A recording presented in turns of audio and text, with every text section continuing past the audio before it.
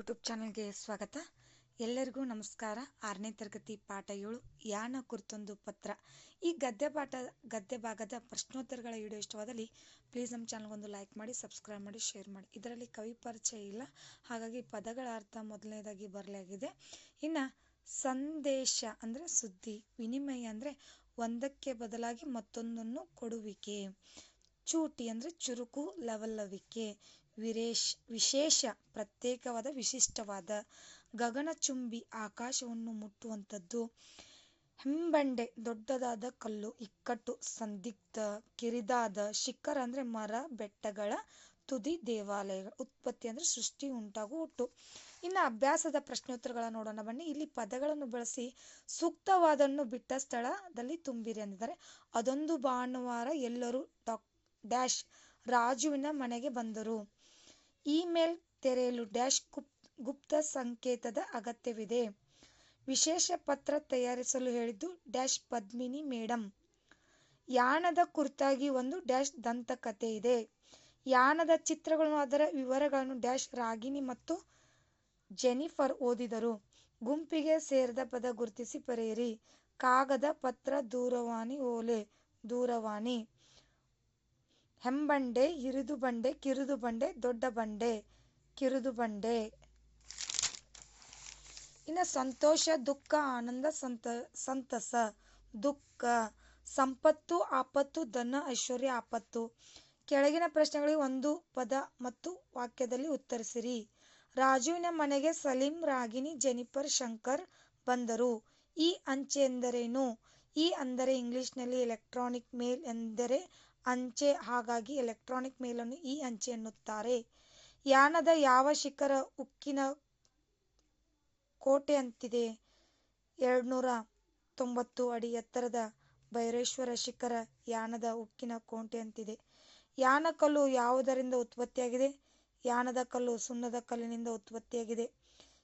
ಯಾನದಲ್ಲಿ ಯಾವ ದೇವರ ಉತ್ಸವ ನಡೆಯುತ್ತದೆ? ಯಾನದಲ್ಲಿ ಭೈರೇಶ್ವರ ದೇವರ ಉತ್ಸವ ನಡೆಯುತ್ತದೆ. ಇನ್ನು ಕೆಳಗಿನ ಪ್ರಶ್ನೆಗಳು 2-3 ವಾಕ್ಯಗಳಲ್ಲಿ ಉತ್ತರಿಸಿದ್ದಾರೆ. ಸುಂದರ ಗುಪ್ತ ಸಂಕೇತವನ್ನು ರಾಜುವಿಗೆ ಮಾತ್ರ ಏಕೆ ಹೇಳಿದರು? ಗುಪ್ತ ಸಂಕೇತವು ಇನ್ನೊಬ್ಬರಿಗೆ ಗೊತ್ತಾಗಬಾರದು. ಗೊತ್ತಾದರೆ ಯಾರು ಬೇಕಾದರೂ ಪತ್ರ ಓದಬಹುದು, ಬೇರೆಯವರ ಪತ್ರ ನಾವು ಓದಬಾರದು. ಅದಕ್ಕಾಗಿ ಸುಂದರ್ ಗುಪ್ತ ಸಂಕೇತವನ್ನು ರಾಜುವಿಗೆ ಮಾತ್ರ ಹೇಳಿದರು. ಯಾನದ ಕುರಿತಾಗಿ ಇರುವ ಒಂದು ದಂತಕಥೆಯನ್ನು ಬರೆಯಿರಿ. ಯಾನದ ಕುರಿತಾಗಿ ಒಂದು ದಂತಕಥೆಯನ್ನು ಅದೇನೆಂದರೆ, ಪುರಾಣ ಕಾಲದಲ್ಲಿ ಯಾನದಲ್ಲಿ ಭಸ್ಮಾಸುರನೆಂಬ ರಾಕ್ಷಸ ವಾಸವಾಗಿದ್ದ. ಈತನ ಉಪಟಳ ಸಹಿಸಲು ಅಸಾಧ್ಯವಾದಾಗ ಶಿವನು ಆತನನ್ನು ಸುಟ್ಟು ಬೂದಿ ಮಾಡಿದ. ಈ ಬೂದಿಯಿಂದ ದೊಡ್ಡದಾದ ಶಿಖರ ಬೆಳೀತು ಎಂಬುದೇ ಈ ದಂತಕಥೆ. ಇನ್ನು ಯಾವ ದೃಶ್ಯಗಳು ನೋಡುಗರನ್ನು ಚಕಿತಗೊಳಿಸುತ್ತದೆ?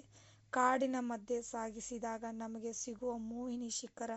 ಇದು 300 ಅಡಿ ಎತ್ತರವಿದ್ದು ನೋಡುಗರನ್ನು ಮೈ ರೋಮಾಂಚನಗೊಳಿಸುತ್ತದೆ. ಸ್ವಲ್ಪ ಮುಂದಿರುವ 390 ಅಡಿ ಎತ್ತರದ ಭೈರೇಶ್ವರ ಶಿಖರ ಕಪ್ಪು ಕಲ್ಲಿನ ಉಕ್ಕಿನ ಕೋಟೆ ಅಂತೆ ಇದೆ.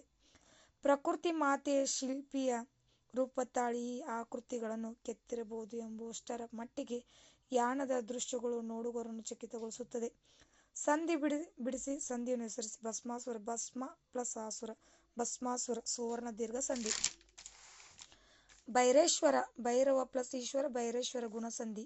ಏಕೈಕ, ಏಕ ಪ್ಲಸ್ ಏಕ, ಏಕೈಕ ವೃದ್ಧಿ ಸಂಧಿ. ಇತ್ಯಾದಿ, ಇತಿ ಪ್ಲಸ್ ಆದಿ, ಇತ್ಯಾದಿ ಎನ್ ಸಂಧಿ.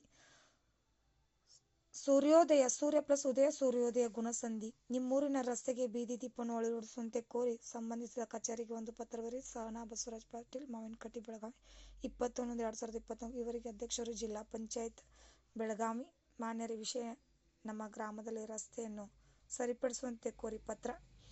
ಈ ಮೂಲಕ ತಮ್ಮಲ್ಲಿ ವಿನಂತಿಸಿಕೊಳ್ಳುವುದೇನೆಂದರೆ, ಮೇಲ್ಕಂಡ ನಮ್ಮ ಗ್ರಾಮದಲ್ಲಿ ರಸ್ತೆಗಳು ಉತ್ತಮವಾಗಿಲ್ಲ. ಸತತ ಮಳೆಯ ಕಾರಣ ರಸ್ತೆಗಳೆಲ್ಲ ಅಸ್ತವ್ಯಸ್ತಗೊಂಡಿವೆ. ಮುಖ್ಯ ರಸ್ತೆಯು ಮಣ್ಣಿನ ರಸ್ತೆಯಾಗಿರುವುದರಿಂದ ಮಕ್ಕಳು ಶಾಲೆಗೆ ಹೋಗಲು ತುಂಬ ತೊಂದರೆಯಾಗಿದೆ ಮತ್ತು ವಯಸ್ಸಾದರೂ ರಸ್ತೆಯಲ್ಲಿ ಓಡಾಡಲು ಆಗದೆ ತೊಂದರೆ ಅನುಭವಿಸುತ್ತಿದ್ದಾರೆ. ವಾಹನಗಳು ಸಹ ಓಡಾಡುತ್ತಿಲ್ಲ. ಆದ್ದರಿಂದ ನಾವು ದಯವಿಟ್ಟು ನಮ್ಮ ಗ್ರಾಮದ ರಸ್ತೆಯನ್ನು ಸರಿಪಡಿಸಬೇಕೆಂದು ಮತ್ತೊಮ್ಮೆ ತಮ್ಮಲ್ಲಿ ವಿನಂತಿಸಿಕೊಳ್ಳುತ್ತಿದ್ದೇವೆ. ಧನ್ಯವಾದಗಳು ಅಂತ ಹೇಳ್ತಾ ಇಲ್ಲಿಗೆ ಇವತ್ತಿನ ಯಾನ ಕುರಿತೊಂದು ಒಂದು ಪಾಠದ ಪ್ರಶ್ನೋತ್ತರಗಳ ವಿಡಿಯೋ ಮುಕ್ತಾಯವಾಗುತ್ತೆ. ಈ ಪಾಠದ ಪ್ರಶ್ನೋತ್ತರಗಳ ವಿಡಿಯೋ ನಿಮಗೂ ಕೂಡ ಇಷ್ಟವಾದಲ್ಲಿ ಪ್ಲೀಸ್ ನಮ್ಮ ಚಾನಲ್ಗೊಂದು ಲೈಕ್ ಮಾಡಿ, ಸಬ್ಸ್ಕ್ರೈಬ್ ಮಾಡಿ, ಶೇರ್ ಮಾಡಿ, ಕಮೆಂಟ್ ಮಾಡಿ, ಹೊಸ ಹೊಸ ವಿಡಿಯೋಗಳಿಗೆ ಪ್ರೋತ್ಸಾಹಿಸಿ ಅಂತ ಹೇಳ್ತಾ ಥ್ಯಾಂಕ್ ಯು, ಧನ್ಯವಾದಗಳು.